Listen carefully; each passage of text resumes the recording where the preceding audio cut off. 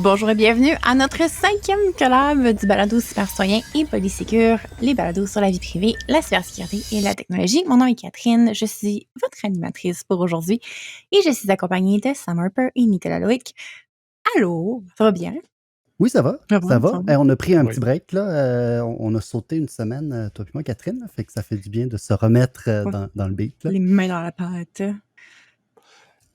Aller dans la vie, nous, ça fait un mois, puis on suit le beat, fait que on est dans le même aliment. Et on a même eu un enregistrement spécial, justement, parce qu'on avait le 600e qui était Oui, enregistré entre les deux, dans lequel vous avez été deux collaborateurs à laquelle vous avez mis votre grain de sel, et c'était vraiment chouette comme épisode globalement. c'est très le Oui, fun c'est le fun. Je pense que c'est le d'enregistrer. premier panel de Polysécure que je vois où c'est pas la faute des médias, la conclusion du panel. Fait que c'est quand même le fun. C'était rafraîchissant, j'ai trouvé.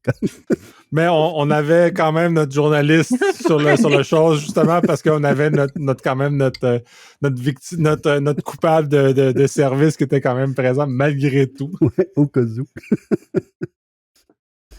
Mais oui, on devrait faire ça plus souvent. C'était super intéressant comme concept, ce genre de panel-là. Très cool. Donc, l'émission d'aujourd'hui, on a 2 sujets à vous présenter. Je propose qu'on embarque déjà dans le premier. Donc, quand même, une grosse nouvelle là, qui est tombée récemment par rapport à Copilot, cet outil magique là, qu'on nous pousse un peu dans la gorge dans, dans la plupart des organisations, j'ai l'impression. Qu'est-ce qui se passe avec Copilot?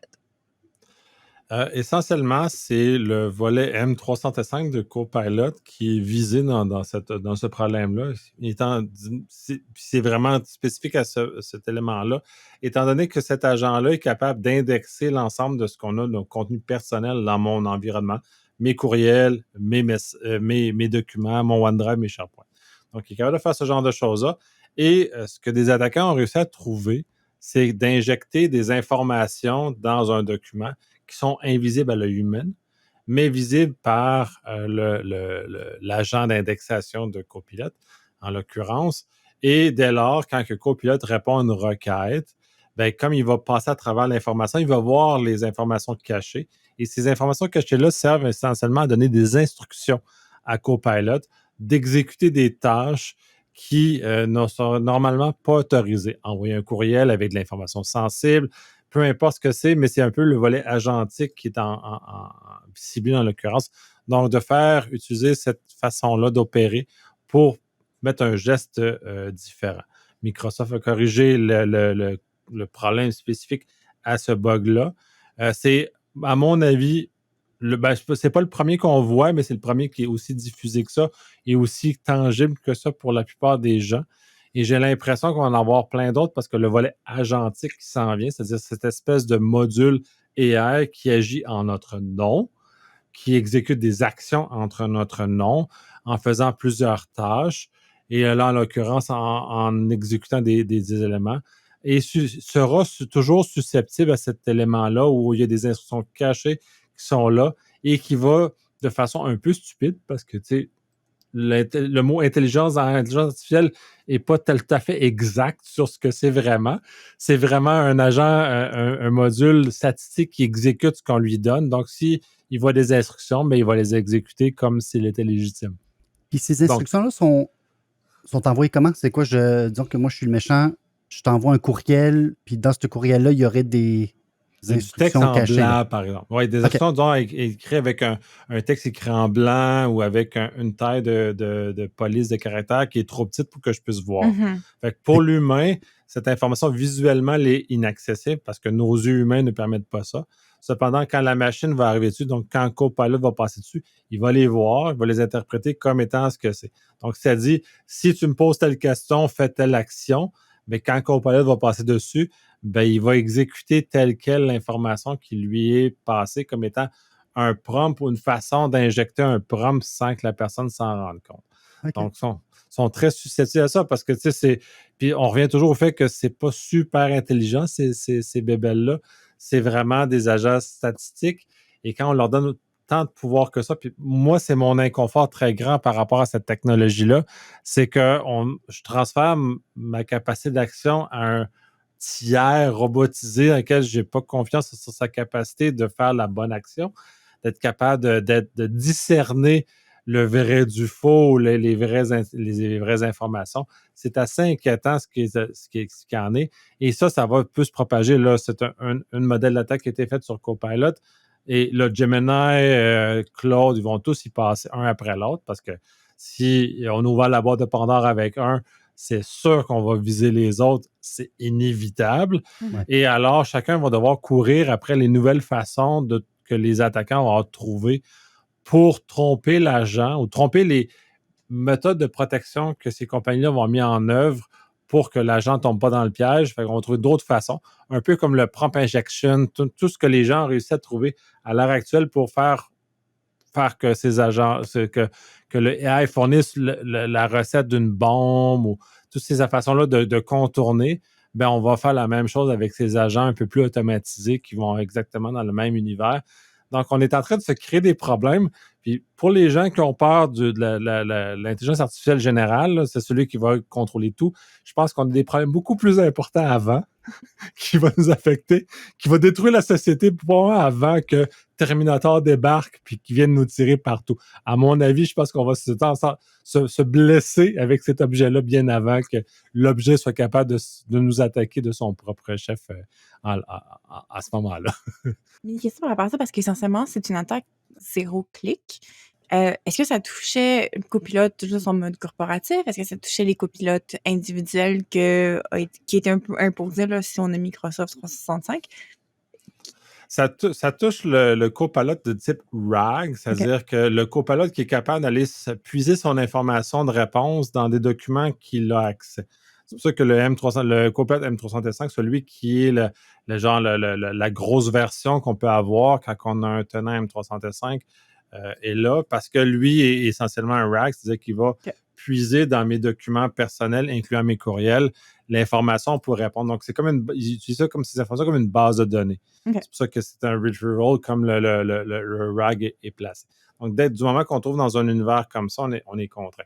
Si on prend une version plus allégée, ça voudrait dire qu'on prendrait un document qu'on n'a pas produit, qui a été produit par un tiers, qu'on soumet à l'agent et que cet agent-là va le lire et que l'attaquant aurait caché du texte de la même façon, de façon illisible pour l'humain, dans les métadatas ou peu importe où il l'aurait caché.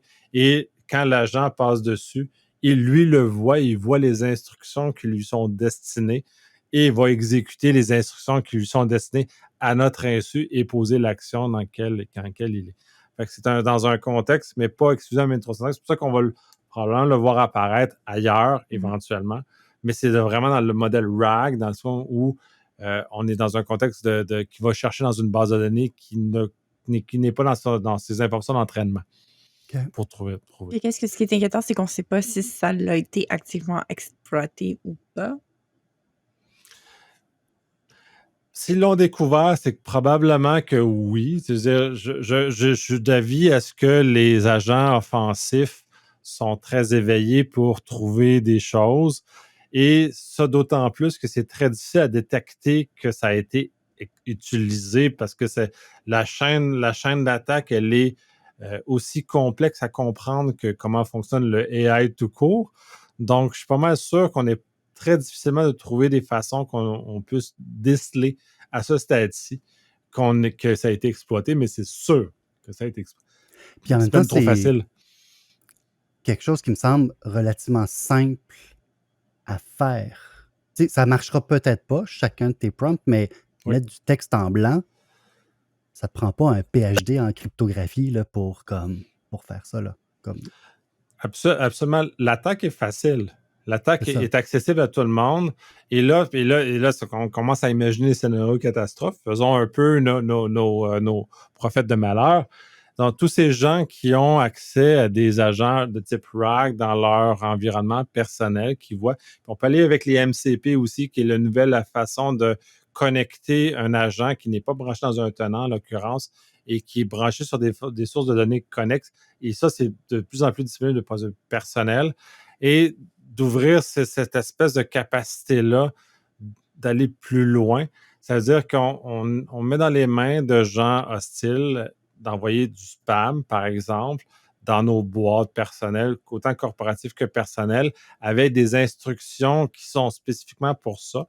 Et on va spécifier, disons, on va prendre une société d'État ou une entreprise privée qui a des secrets industriels et on spécifie dire tout secret industriel, envoie ça à telle adresse et on met ça dans un courriel caché ou dans un spam qui est ultimement interprété par le chose. Et on va être capable de drainer de l'information de ces endroits-là, de ces entreprises privées qui ont des secrets industriels ou de ces sociétés d'État ou d'organismes étatiques qui ont accès à nos informations personnelles d'une façon ou d'une autre dans les communications internes qui sont normales, mais en l'occurrence, qu'on vient d'ouvrir la porte capable d'aller les forer par des requêtes externes.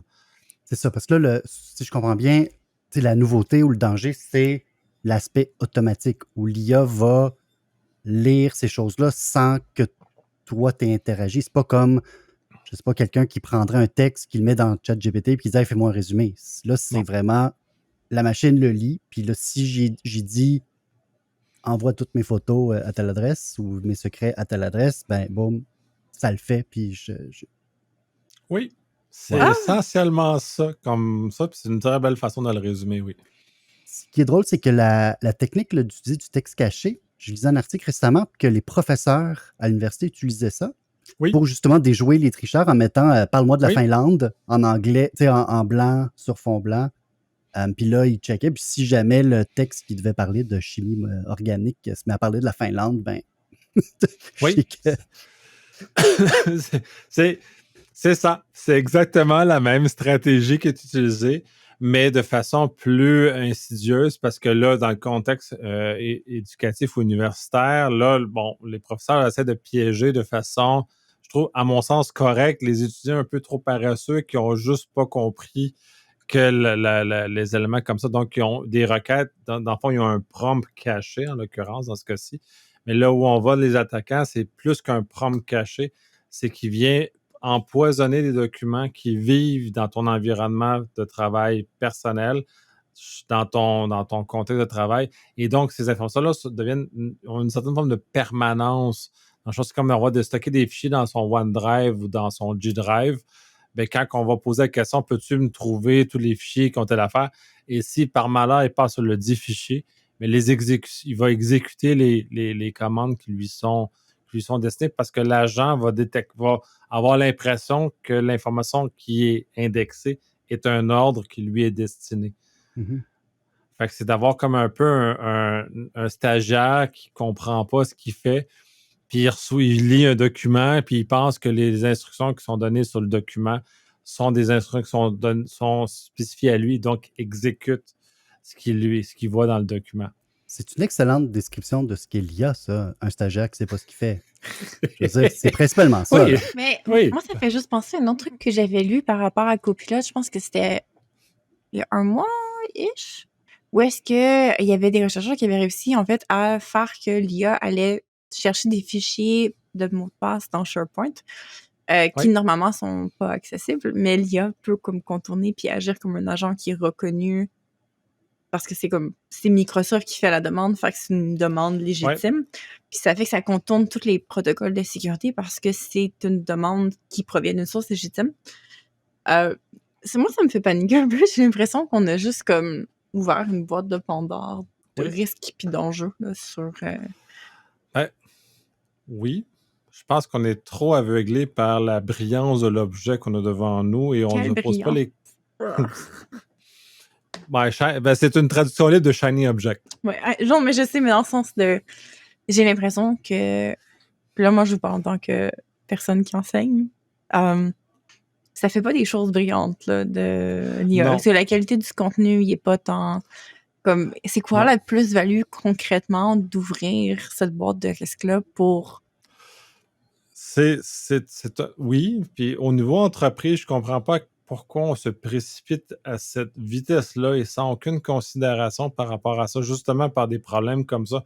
Le problème que tu mentionnais, c'est un problème de barrières de sécurité qui ont été mal déployées parce que on ne comprend pas encore complètement comment ça fonctionne. Même Microsoft ne comprend pas encore comment ça fonctionne. Et on met dans les mains des gens des produits qu'on peut qualifier de bêta, de produits non finis. et qu'on les fait tester ces produits-là à notre place. Et là, ce qui est un peu plus, en mon sens, un peu dérangeant, c'est qu'on ne le dit pas aux gens que c'est des produits qui ne sont pas des produits de grade entreprise ou qui sont finis et qui sont des produits à l'essai. Fait que si on le disait aux gens, hey, c'est un produit à l'essai, fais attention, les gens seraient probablement beaucoup plus prudents, ne déploieraient pas. Mais en même temps, si on regarde la quantité d'argent qui est injectée dans ces systèmes-là, l'intérêt financier de faire prétendre que c'est à peu près tout et n'importe quoi, que c'est meilleur, que c'est la meilleure invention que le pain tranché, elle est très forte pour ces entreprises-là, incluant Microsoft, incluant Google, incluant tout le monde, parce que ça sert à attirer l'argent pour financer ces recherches-là. Fait que là, on est dans un contexte où on est tiraillant entre les deux. Et comme tu dis, ben non, c'est excessivement dangereux parce qu'on ne maîtrise pas ce que ça fait, même si ça fait des belles choses. Puis je veux faire un crush sur l'enseignement parce que je donne encore des cours jusqu'à la fin du mois. Et la façon que j'ai de gérer ça, puis je gère de façon différente que de ce que la plupart des profs ont l'air de faire, c'est que j'oblige mes étudiants à parler de leur projet en classe, devant tout le monde, puis d'expliquer pourquoi on fait les choix qu'ils ont faits. Donc là, on les amène dans un contexte où, là, l'intelligence artificielle vient, puis là, c'est là où on voit rapidement les gens qui l'ont utilisé. Et il le voit devant tout le monde. Puis là, je ne le fais pas en surprise. C'est pas une surprise. Ah, jour au lendemain, vous avez présenté. On va en parler devant tout le monde. Fait que si vous n'êtes pas capable de vous retenir d'utiliser l'intelligence artificielle, bien, vous allez devoir le montrer devant tout le monde que vous avez utilisé l'intelligence artificielle pour faire votre travail, des choses comme ça. Donc, de démontrer l'incapacité d'aller plus loin. Là. Comme copilote, ça, est-ce que j'imagine que c'est pas quelque chose que l'individu peut éteindre? Comme par exemple, je travaille dans une boîte là, qui a décidé qu'il déployait copilote. T'es pris avec, là. Mm. Oui. T'es contraint avec les décisions d'entreprise. Heureusement, j'ai aucune place où je travaille qui l'ont activé. Seigneur, je suis sauvé pour le moment. Et s'il m'offre le choix, je vais refuser systématiquement. Et où ça va amener au fait que ça va changer ma façon d'utiliser mes courriels, d'utiliser mes documents. Parce qu'à l'heure actuelle, je suis assez libéral sur le stockage de ces informations-là parce qu'il n'y a pas de conséquences. C'est du moment qu'on arrive dans un contexte où il y a un enjeu potentiel, ben, je vais basculer à extraire les fichiers, les mettre dans les courriels dans des PST, arrêter de stocker dans OneDrive, c'est parce que je vais avoir une inquiétude réelle que ça puisse se tourner contre moi d'une façon ou d'une autre, ce genre d'outil-là, au-delà de ça. On dit ça, mais c'est rendu pratiquement omniprésent. Là. Même dans mes outils personnels, les mises à jour ont été forcées. J'ai volontairement choisi un téléphone comme pas le pro parce que le pro venait obligatoirement avec, mettons, Gemini, puis le modèle en dessous venait pas. J'étais comme, ah, cool, le modèle en dessous me forcera pas à utiliser Gemini, puis ils sont comme, ah, surprise, finalement, on vous donne Gemini à tout le monde. Puis j'étais comme, non, donnez-moi pas Gemini, j'en veux pas. On peut pas faire une recherche Google sans avoir, c'est comme, c'est rendu omniprésent, là, ils sont sur toutes les plateformes, c'est intégré. C'est comme si on peut plus se sauver de l'IA quasiment, là. Puis, je sais pas, peut-être que, tu sais, je pense que je suis un peu dans une bulle parce que, tu sais, au niveau réseau social, je suis un peu sur Blue Sky, qui a quand même un penchant assez anti intelligence artificielle, je dirais. Tu sais, c'est pas très pro IA en général, les commentaires. Puis peut-être aussi, c'est les gens que je suis qui sont un peu plus comme ça. Ou en tout cas, très critiques de cette technologie-là. Mais il y a quand même, j'ai l'impression, j'ai rarement entendu des employés me dire, hey, depuis que j'ai ça là, à mon bureau, là, c'est fou, là, ça va vraiment mieux. Et c'est quand même, je sais pas, un peu comme tu disais, l'incitatif financier vient d'ailleurs, ou que c'est ceux qui développent l'IA qui sont aussi ceux qui nous vendent les services de courriel et de bureautique et tout ça, qui sont un peu à la recherche d'une façon de monétiser les investissements faramineux qu'ils ont faits avec un produit qui ne répond pas vraiment à la promesse. En tout cas, je me trompe-tu ou c'est-tu... Moi, je te dirais que ça devient de plus en plus un truc de friction où est-ce que je me rends compte que les projets, les trucs qui sont me demandés, les collaborations, ce qui m'est retourné est de l'IA, de plus en plus. Puis ça paraît, c'est évident, la traduction est faite avec l'IA, le résumé était fait avec l'IA, le courriel a été écrit avec l'IA, c'est de plus en plus comme puis tu sais, comme des échanges où est-ce que tu vois que le feed au complet, c'est 4 réponses clairement d'IA. Puis il y a personne qui prend le temps de lire les courriels, c'est juste l'IA répond à l'IA qui répond à l'IA. Je propose qu'on passe à notre deuxième sujet. Sam, tu nous racontais un peu le pré-podcast, justement, tout ce qui se passe au niveau du projet de loi C4? Ben oui, c'est ça. J'ai travaillé là-dessus aujourd'hui. L'article n'est pas encore sorti. Fait que là, je vous en parle avant la publication Ouh. de l'article qui devrait apparaître sur le site web de Pivot incessamment, là. Disons que l'histoire est encore en cours, fait que je ne sais spoiler alert, je ne sais pas encore comment elle se termine. Mais en gros, le gouvernement de Mark Carney a déposé le projet de loi C4, qui est intitulé La loi visant à rendre la vie plus abordable pour les Canadiens. Puis, les 3 premières parties du projet de loi, ben, c'est des mesures d'abordabilité un peu auxquelles on peut s'attendre. Là. Fait qu'il y a des baisses d'impôts, il y a la fin de la taxe carbone pour les particuliers, puis il y a aussi un truc où ils vont rembourser la TPS si tu achètes une nouvelle maison neuve pour une. La première fois que tu achètes une maison, puis si elle est neuve, ils vont te rembourser la TPS. Puis là, après ça, tu as une partie qui fait un peu moins abordabilité. Parce que je ne comprends pas trop comment ça va faire qu'on va avoir plus d'argent dans nos poches, parce que c'est une partie qui vient modifier la loi électorale du Canada pour, en gros, soustraire les partis politiques fédéraux aux lois de protection des renseignements personnels. Fait que la loi dit que les partis politiques, leurs bénévoles, tous les gens qui travaillent pour eux ou en leur nom, peuvent exercer toutes les activités avec les renseignements personnels, sans aucune restriction, puis que personne ne peut les obliger à se soumettre à des lois provinciales. La loi 25 ne s'applique pas aux partis politiques, mais dans la loi électorale, il y a comme certaines provisions de la loi 25 qui s'y appliquent, mais il y a quelques-unes qui s'y appliquent pas. Là. Il y a comme elle s'applique en partie, disons. Il y a juste en Colombie-Britannique où la loi provinciale de renseignement, c'est la Personal Information and Privacy Act, PIPA. Une explication, ben, c'est probablement l'explication pour laquelle ce projet, ils ont glissé ça dans le projet de loi, c'est que en 2022, le commissaire à la vie privée là, de la Colombie-Britannique a dit que les partis fédéraux aussi fallait qu'ils suivent la loi provinciale. C'est pas parce que tu es un parti fédéral que tu as le droit de faire n'importe quoi avec les données et les renseignements personnels des gens de la Colombie-Britannique. Puis ça s'est ramassé jusqu'en Cour suprême de la Colombie-Britannique, puis les partis politiques ont perdu. Puis tu sais, devant la Cour suprême, tu avais le NPD, tu avais les libéraux, puis tu avais les conservateurs qui étaient tous unis en harmonie pour dire que ça n'avait pas d'allure. Et ils ont aussi tous voté. Il n'y a pas personne qui a voté contre le fait d'approuver cette loi-là.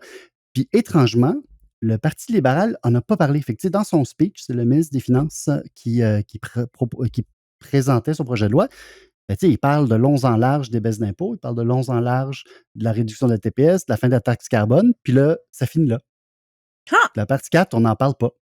Puis après ça, tu as la personne du Parti conservateur qui se lève et qui dit, bien sûr, ah, c'est le fun des baisses d'impôts, mais vous devriez baisser plus, mais qui ne parle pas non plus de cette partie-là. Il y a juste une députée du NPD pour le Nunavut qui a dit je comprends pas pourquoi il y a cette affaire-là dans le projet de loi. Y a-t-il quelqu'un qui peut m'expliquer? Ça n'a comme pas rapport.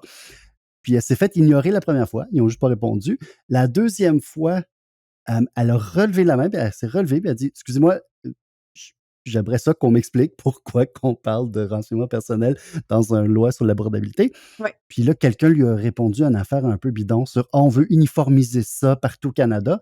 Mais par uniformiser, on veut dire rien. Parce que la loi fédérale ne s'applique pas aux partis politiques. Ça s'applique aux entreprises.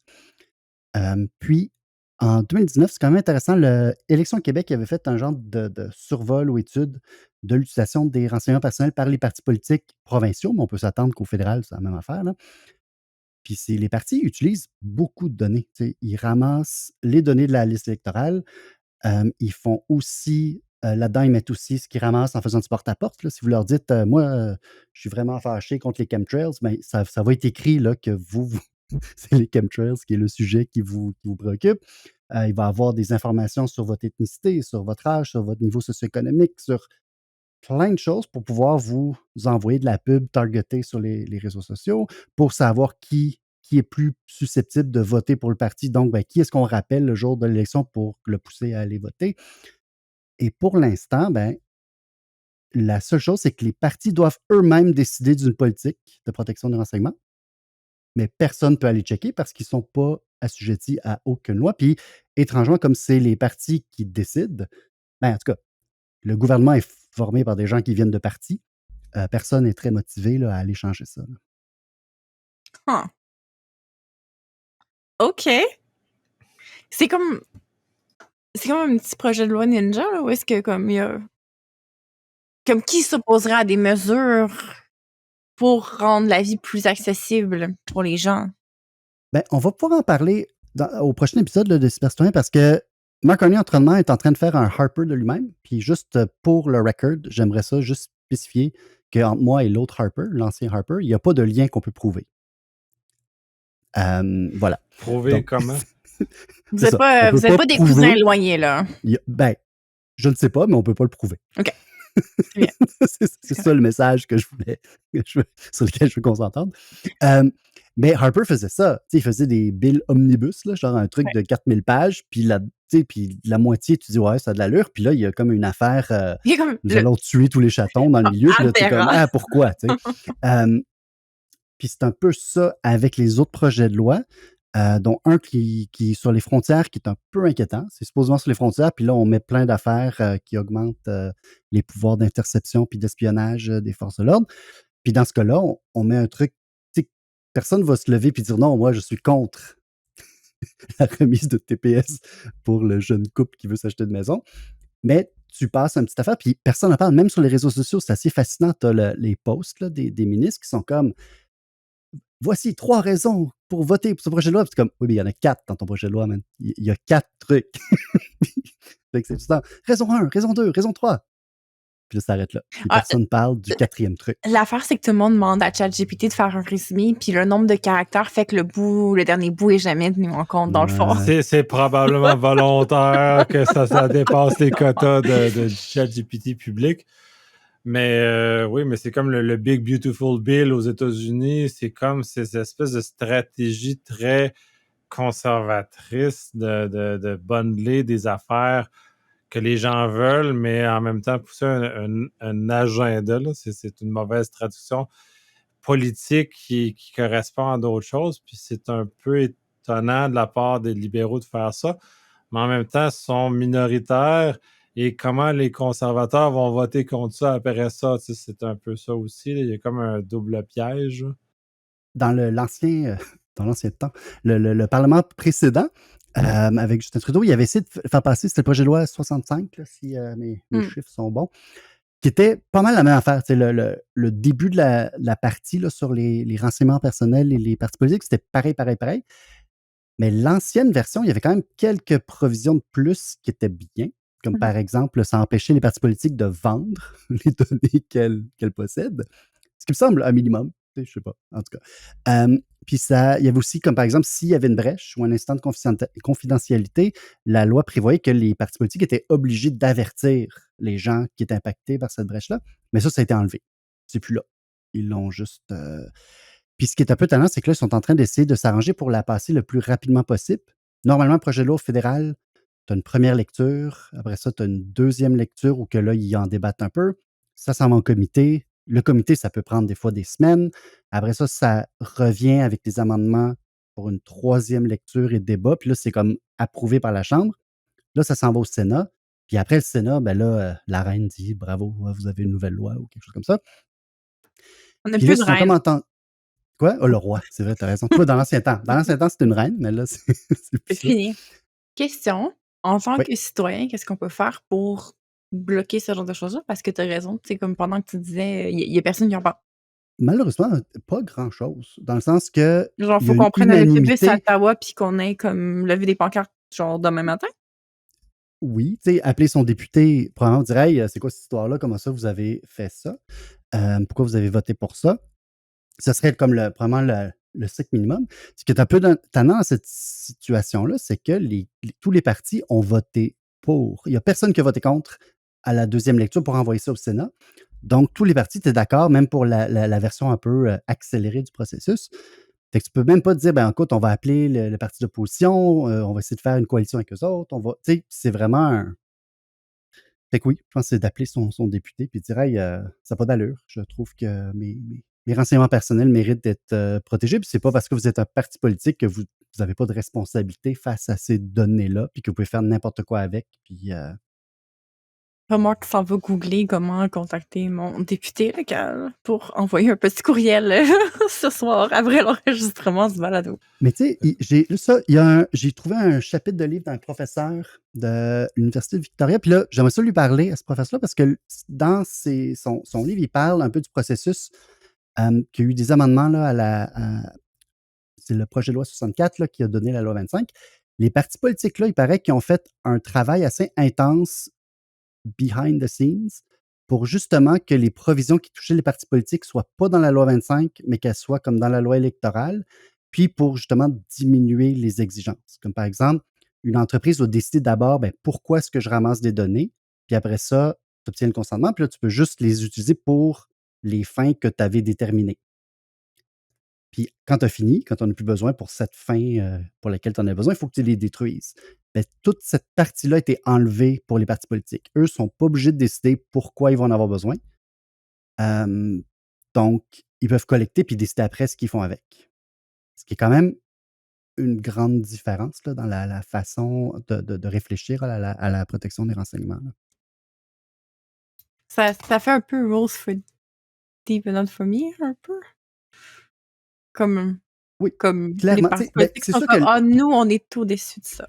Nous, on ben, n'a pas besoin de l'argument suivre. qu'ils vont dire, c'est que ben, nous, comme c'est la volonté populaire qui s'exprime à travers notre travail, on doit pouvoir comme faire ça. Tu sais, ils vont souvent le défendre dans des arguments de liberté d'expression, de liberté d'association, tout ça, ce qui est, à mon avis, tiré par les cheveux. Beaucoup. Puis si je vais prendre l'axe de Cambridge Analytica, qui est un axe où ils ont utilisé de l'information pour faire influencer. Puis là, maintenant, il y a des analyses qui viennent contester à quel point ça l'a vraiment fait changer le vote, mais sans considération, il y a eu quand même l'intention de vouloir faire changer le vote basé sur des informations sur des électeurs aux États-Unis, du micro-ciblage.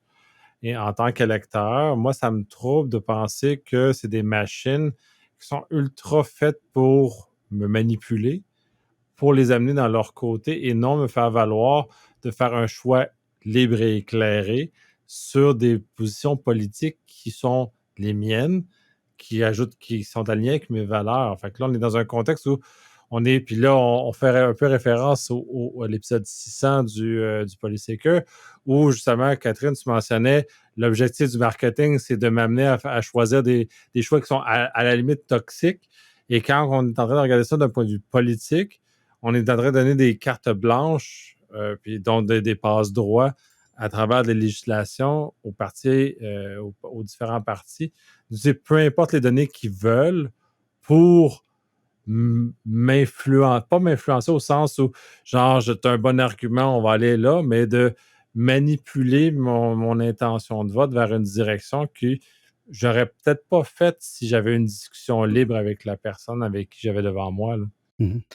Définitivement. Puis tu sais, justement, tu sais, je les avais vus les articles là, de Cambridge Analytica n'a pas vraiment eu d'impact finalement. Puis dans ma tête, c'est un non-sens. Parce que de dire ça, c'est de dire que le marketing micro-ciblage de pointe dans lequel il y a des milliards dépensés chaque année n'est pas efficace.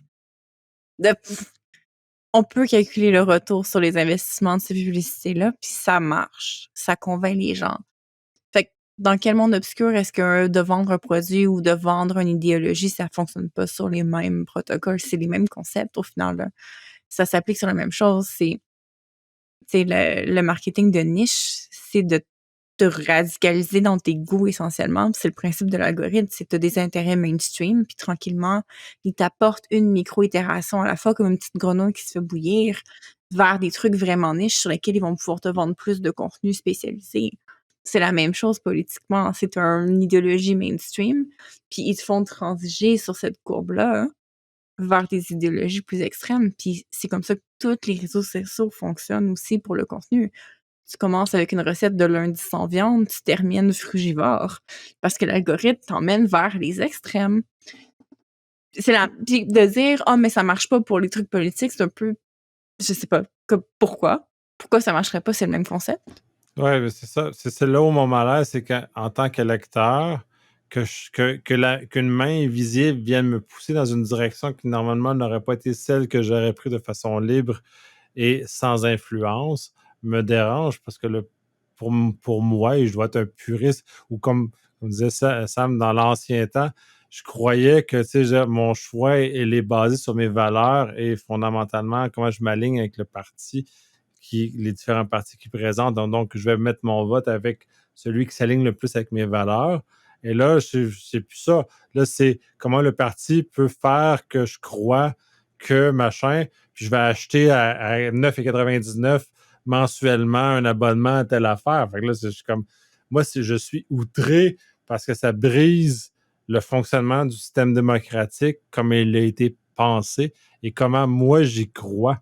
Comment, dans mes valeurs à moi, le système démocratique doit se faire, qu'on n'est pas juste sur un échiquier marketing de comment on va réussir à me faire plier d'un bord ou d'un autre. Là. Je trouve ça odieux comme stratégie parce que pour moi, c'est pas ça la politique. La politique, puis parce que ça a des incidences graves. Les lois, puis là, justement, le C4, c'est un exemple. C4 aura une influence importante sur des choses positives, mais ils ont caché des affaires qui auront peut-être des incidences négatives sur beaucoup de gens et ils ne le voient pas arriver parce que ça a des incidences.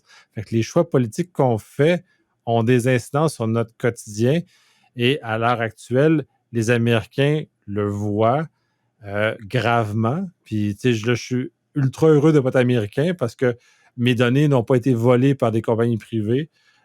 J'ai pas été menti en pleine face comme quoi la vie me coûtait moins cher puis finalement ça me coûte plus cher que tous mes démissions puis que potentiellement mes voisins allaient être déportés.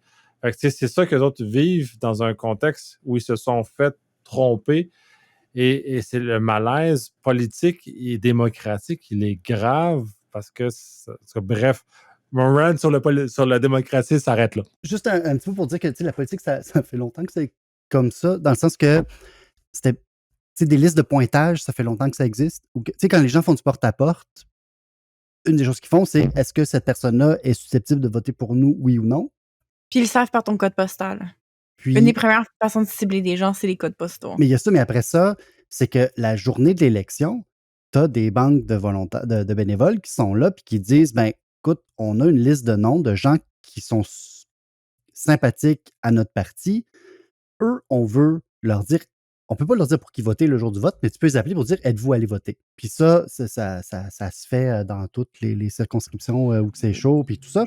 Je suis d'accord avec ce point. C'est la mécanisation à l'extrême qui me C'est pas le même dérange. Parce impact. que quand si on remonte 30 ans en arrière, cette mécanisation-là n'existait pas ou elle était très faible. Donc, il y avait un effort humain. Puis on revient sur le premier sujet, le AI. Cette paresse-là nous amène dans des zones inconfortables. Moi, que des gens prennent le temps de m'appeler, puis me parler ou faire du porte-à-porte, ça, j'ai du respect pour ça parce qu'il y a un effort réel qui est mis pour essayer de me convaincre de quelque chose. Ça, je respecte. Quand c'est un algorithme qui essaie de me tasser, là, j'ai plus de misère. Ou des recoupements de bases de données ou que j'achète des données je sais pas moi, d'abonnement à des journaux pour savoir, tu achètes-tu des journaux de gauche ou de droite? Est-ce que je peux acheter... il y a toutes sortes de données qui peuvent... C'est tellement plus pointu que ça. Oui. C'est tellement microscopique, les informations qu'on peut avoir. Puis, justement, le point du marketing, c'est de trouver le insight. Puis le insight, essentiellement, c'est ton point de vulnérabilité cognitive. Où est-ce que tu dis, cette personne-là, elle a une vulnérabilité là. Puis c'est quoi le message qui va pouvoir exploiter cette vulnérabilité-là pour te faire bouger dans tes comportements. Puis, mais je suis d'accord avec toi essentiellement que, moi, dans mon idéal, il n'y aurait pas de campagne marketing, il n'y aurait pas rien. Genre, une semaine avant l'élection, les 4 programmes sont disponibles unbranded. Tout le monde est forcé de les recevoir par la poste imprimée. Prends un papier, note les plateformes, puis décide tu votes pour l'option 1, 2, 3, 4, point. Genre, dans un monde idéal. Ou même pire que ça, sur le bulletin de vote, il y a une question sur les plateformes électorales, faut que tu répondes, sinon ton bulletin est invalidé. Wow. Ça, c'est... Fait que si tu vas... Ça serait limitatif du droit de vote. Fait que, Mais juste, fais ton choix 1, 2, 3, 4 en fonction de c'est quoi les promesses, puis peut-être le taux de respect des promesses historiques du parti. Point. T'as pas besoin de plus d'informations que ça. Vote à partir de ça. J'ai l'impression qu'on choisirait probablement des choses très différentes en tant que société si on était juste blanc sur noir, forcé à considérer sans la personnalité, sans le charisme, sans les slogans, ce pour qu'on vote. Puis un des exemples flagrants de ça, c'est justement aux États-Unis, je regardais les gens qui viennent de réaliser que Obamacare, c'était Medicare. Puis que dans le fond, le truc qu'ils voulaient annuler, c'était le truc dont leur vie dépend au quotidien. Puis ils n'avaient pas réalisé parce qu'ils s'étaient fait vendre le slogan que Obamacare, c'était mal. Puis c'est ça l'affaire, c'est que les plateformes sont pas claires, les promesses, les messages,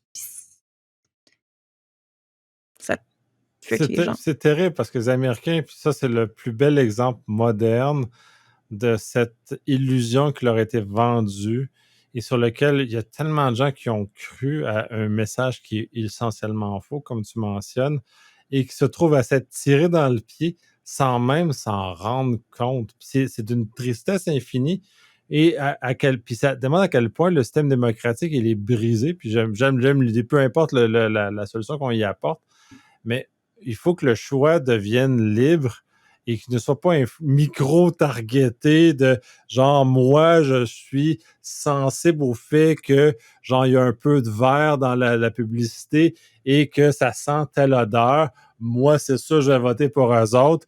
Puis, pouf, ça va être comme ça. Mais tu ris, mais c'est essentiellement... Non, mais on en parle, ça va même plus loin que ça en termes de micro-targeting. S'il y a des odeurs dans leur pamphlet, moi, je vote pas pour eux autres. Je vous dis tout de suite. Non, mais on parle, mais comme un de mes trucs qui m'avait le plus choqué, c'était d'apprendre qu'une des pages Facebook que je suivais, qui était des photos de chiens, était en fait connectée à un réseau d'influence russe. Full propagande. Puis j'étais comme, what?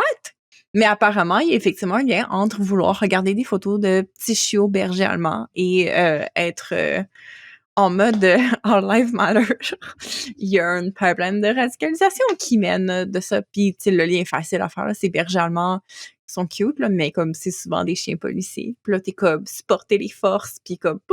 Mais le fait qu'une photo sur 3, c'était Vladimir qui flattait un chien, ça t'a pas... Mais c'est ça l'affaire, c'est que c'est pas ça au départ quand ils se montrent leur audience de 1,5 million de gens. C'est pas ça, c'est vraiment juste des petites photos cute de chiens. Mais ça m'avait choqué d'apprendre ça, d'être comme, wow, qu'est-ce qui se passe? Pourquoi il y a comme un méga meme pro-Trump, genre, qui viennent popper sur ma page où est-ce que je veux juste voir des photos de chiots adorables? Puis dans le fond, tu te rends compte en regardant la publication que le ton commence à changer, puis c'est graduel. C'est la grenouille qui bout. C4. On revient C4. Mais le fait que les partis politiques veulent se soustraire à tout contrôle de cette nature-là expose notre système canadien qui pourtant est un des moins contaminés à l'heure actuelle d'influence de cette nature-là à se soustraire à toute transparence, si on veut, parce que c'est un peu ça aussi dans nos services je publics. pense que les partis politiques devraient pas avoir le droit de faire ce genre de publicité targetée-là. Grand public, audience canadienne, point. Ouais. Au moins, tu sais, je veux dire, notre système, l'avantage qu'il y a, c'est la limitation des dons. Ça aide quand même beaucoup de limiter la quantité d'argent qui peut être pompé dans le système électoral. Il y a quand même du lobbyisme, il y a quand même des tu sais, comme je me souviens, tu avais fait une enquête sur un groupe religieux qui finançait des messages, puis comme, tu sais, eux, l'argent qu'ils investissent sur ces pubs-là, c'est pas compté comme une donation, mais le message sert quand même à supporter une plateforme par la base.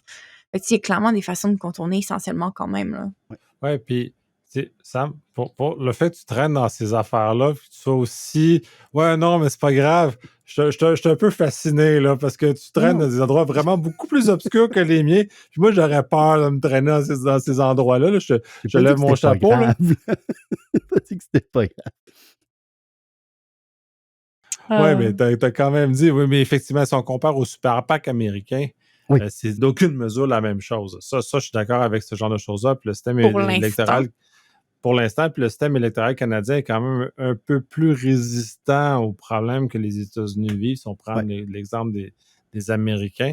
Et comme le système judiciaire aussi est beaucoup plus imperméable à ce genre d'influence qu'on voit aux États-Unis, puis c'est une bonne chose pour nous, là, c'est rassurant, mais cette déviation-là n'est pas, on peut pas s'en soustraire nécessairement.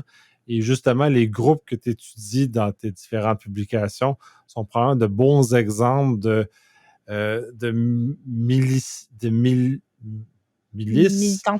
militantistes qui peuvent faire basculer, comme on a vu aux États-Unis, ces bascules-là, ces groupuscules-là, qui finalement commencent à avoir une influence beaucoup démesurée par rapport à leur taille réelle. C'est exponentiel. Hein.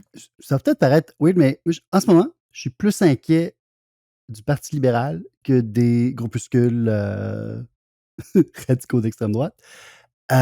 Puis le problème qu'on voit, puis tu sais, le projet, tu sais, le C4, on en parlait beaucoup parce que ça fit un peu avec le sujet de Polysécure puis de cybercitoyen. C5 est 100 fois pire. Ça n'a aucun sens. En gros, c'est que si le gouvernement décide qu'un projet est d'utilité nationale, genre je veux passer un pipeline, il peut décider et aucune autre loi ne s'applique. Avec les lois environnementales, les lois, n'importe quoi, là, la loi sur les Indiens, donc tu sais, le respect là, des terres des Premières Nations, etc. Non. Tu sais, le BAP et tout ça, oublie ça, là, c'est comme nous, on a décidé que c'était international, on va le passer. Puis c'est facile de justifier l'intérêt national sur bien des un choses. baillon a été passé, il risque d'être passé d'ici vendredi, ce projet de loi-là. C'est comme. Fait que là, c'est qu'on a voté contre Poilievre parce qu'on le voyait comme un genre de mini-Trump. Puis là, on a un parti libéral qui gouverne comme un Poilievre, mais en plus poli, en moins fendant, mais je veux dire, les politiques que le gouvernement de McCartney adopte en ce moment sont celles du Parti conservateur d'il n'y a pas très longtemps. Là. La fenêtre d'Overton a clairement shifté. C'est plus ça qui. Puis ça, ce que ça fait, c'est que pour se démarquer, les conservateurs sont obligés d'aller plus à droite. Parce que là, ils peuvent plus. Là, on vient de leur voler leur terrain.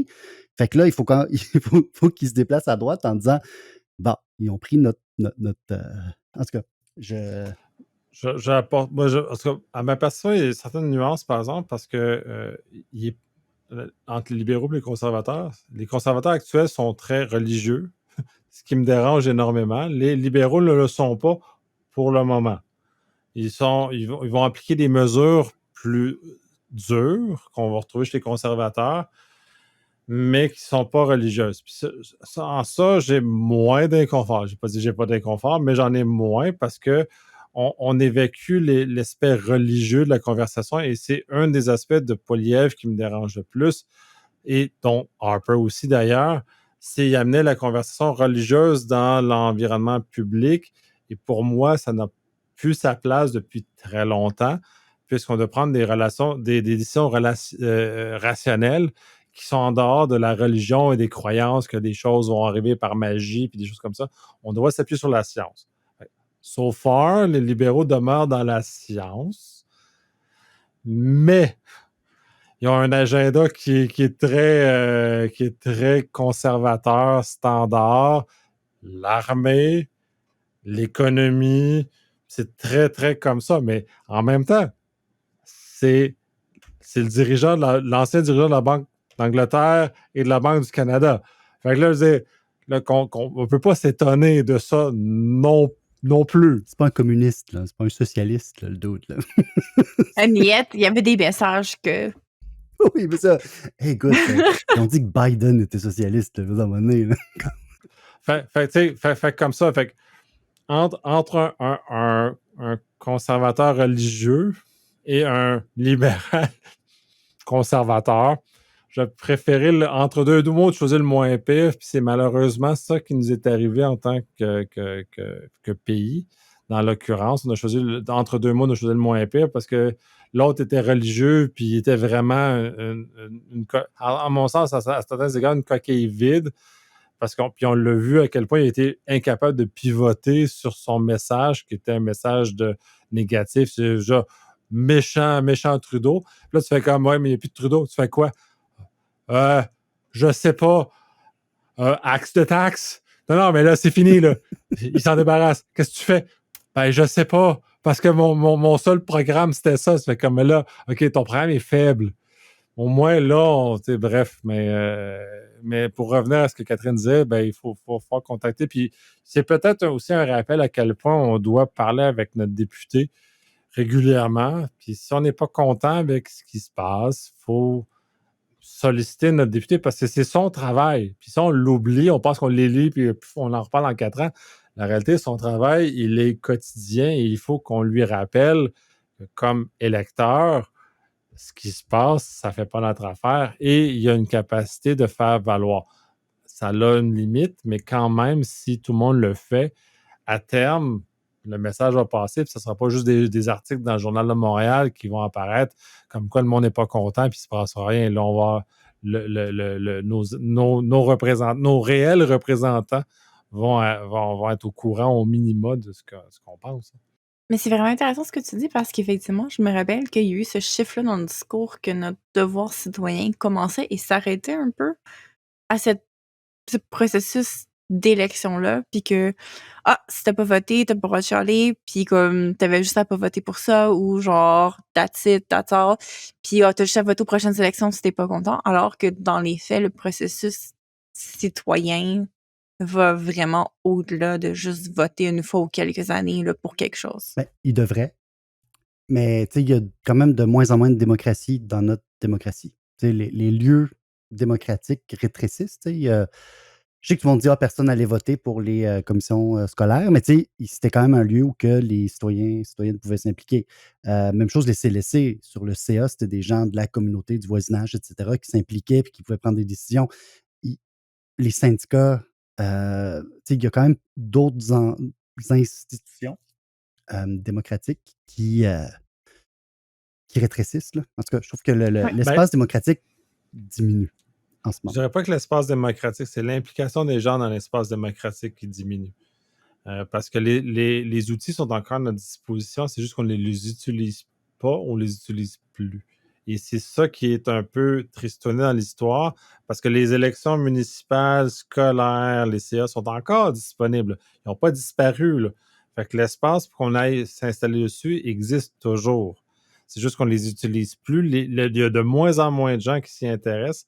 Puis pour rebondir sur ce que Catherine disait, c'est j'ai voté, je n'en ai plus rien à foutre, je m'en vais. Non, c'est le fait de voter un député, c'est que tu délègues ta voix à quelqu'un qui va être sélectionné pour représenter l'ensemble de ta circonscription.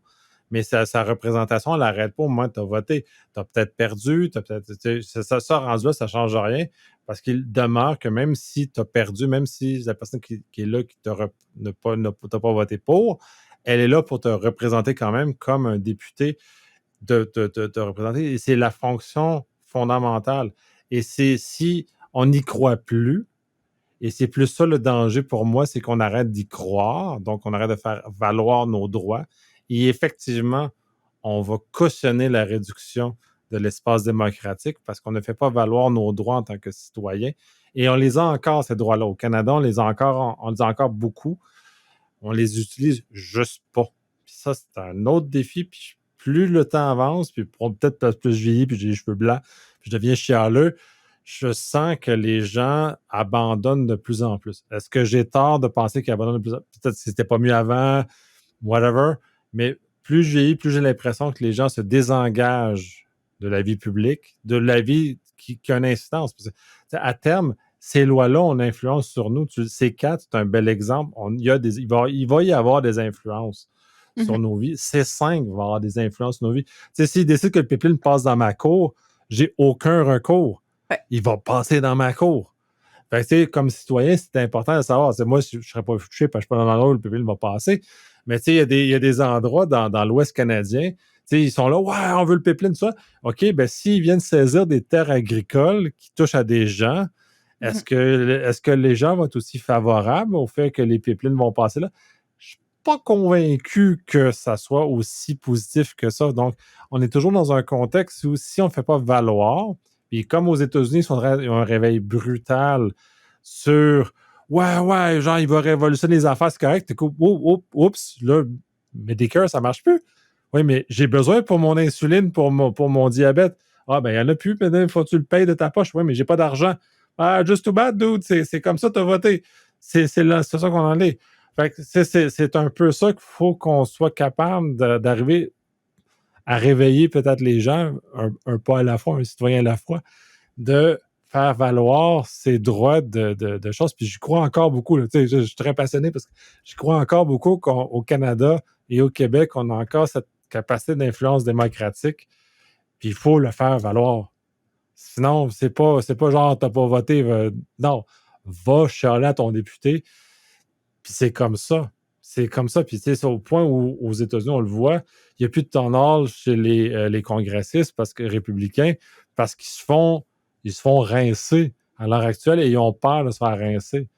Et c'est le outlet, c'est l'endroit où les citoyens ont la capacité de faire valoir leurs choses. Puis on a ça encore. Je suis inspirée. Je suis prête à sortir mon carré rouge, mes casseroles, puis aller dans la rue, là, battre contre ces projets-là. Let's go!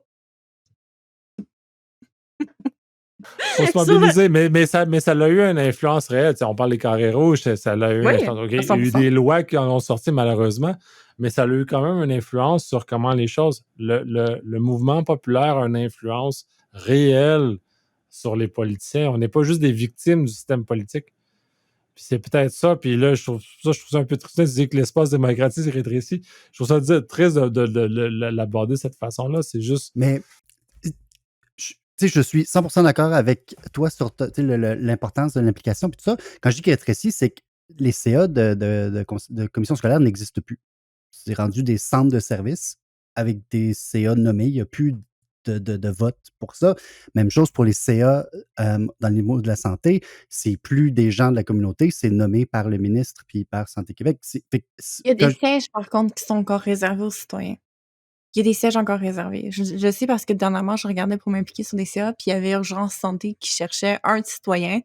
Puis la seule caractérisation pour pouvoir réussir à accéder, c'est qu'il fallait que tu aies utilisé des services d'urgence pour pouvoir être sur ce comité-là. Fait que il y a encore des sièges citoyens qui sont mais c'est pas, le CLSC, c'était la communauté qui gérait l'institution puis qui décidait des orientations puis tout ça. Là. C'est pas on parle pas d'un siège, on parle de le CA reflète la communauté dans laquelle il y a. En tout cas, fait que, oui, ça se rétrécit. Puis je pense que oui, il y a, comme tu dis, il y a un effet un peu d'influence de. Une des raisons qui ont arrêté les élections scolaires, c'est qu'ils ont dit les gens votent pas. Fait que, comme tu dis, les gens s'impliquent moins. Donc, ça donne l'excuse, disons, au pouvoir de se dire on enlève ça. Là. De toute façon, les gens s'en foutent, on ne gardera pas ça. Fait que oui, la mobilisation, ça, je suis 100% d'accord de son importance. Mais moi, je trouve qu'on est sur une belle note positive pour de vrai sur le balado, puis je propose qu'on conclue avant qu'on retombe dans notre, notre pessimisme par rapport à tout. Je cautionne. Donc, sur cette note positive, si vous avez aimé le balado, si vous avez aimé la collabo, on vous encourage à nous aider à le faire connaître en parlant autour de vous, en nous donnant des 5 étoiles et des petits pouces en l'air sur la plateforme de streaming que vous utilisez. Et on vous dit un grand merci et à la prochaine! Merci! Bye bye!